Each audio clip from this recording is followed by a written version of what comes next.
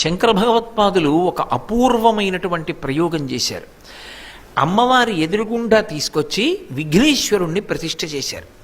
విఘ్నేశ్వరుడు కనపడ్డాడు అనుకోండి, అమ్మవారు బహుప్రసన్నురాలు. అందుకే విఘ్నేశ్వరుణ్ణి తీసుకొచ్చి ఎదురుగుండా ప్రతిష్ఠ చేస్తే అమ్మవారు సంతోషాన్ని పొందుతుంది. తనలో అధికమైన తేజస్సుని విఘ్నేశ్వరుడికి ఇచ్చి ఇద్దరి యొక్క అనుగ్రహం చేత భక్తులు ఆమె ముందు నిలబడగలిగిన స్థితిని పొందుతారని విఘ్నేశ్వరుణ్ణి ప్రతిష్ఠ చేశారు. ఇప్పటికీ మీరు జంబుకేశ్వరం వెళితే ఇటు తల తిప్పి చూస్తే, లోపలికి వెడుతున్నప్పుడు ఇటు తల తిప్పి చూస్తే ఎదురుగుండా విఘ్నేశ్వరుడు ఉంటాడు, లోపలికి వెడితే అమ్మవారు ఉంటుంది. ప్రదోష వేళలో వెళ్ళాలి. ఇదిగో ఈ సమయంలో విడితే ఉంటుంది. నేను మీకు ప్రవచనం చేస్తున్నాను, కానీ నేను యథార్థానికి ఇప్పుడు మానసికంగా జంబుకేశ్వరంలో ఉన్నానంటే మీరు నమ్మండి.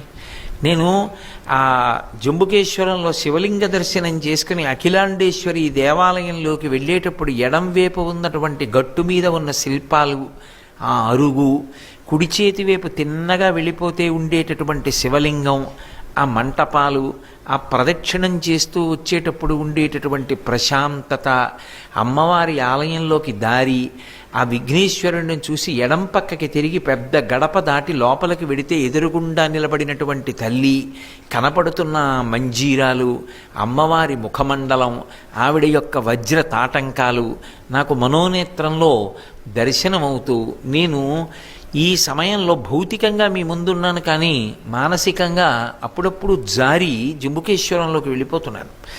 ఎందుచేత అంటే ఆ క్షేత్రం యొక్క మాహాత్మ్యం అంత గొప్పది.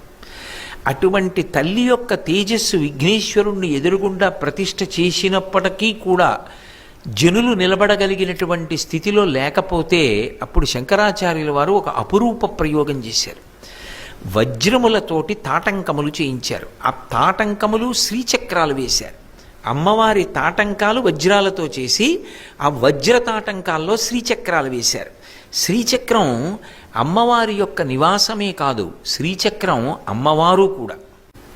అటువంటి వజ్రములతో, రత్నములతో, మరకత మాణిక్యములతో ఆవిడికి శ్రీచక్ర తాటంకములు వేశారు. ఆ శ్రీచక్ర తాటంకములు అమ్మవారి చెవులకు కుండలములుగా అలంకారం చేశారు. అందుకే భారతదేశంలో ఉన్నటువంటి మిగిలిన అమ్మవారి మూర్తులన్నీ ఒకెత్తు, ఒక్క జంబుకేశ్వరంలో ఉన్నటువంటి అఖిలాండేశ్వరి అమ్మవారి యొక్క మూర్తి ఒకెత్తు.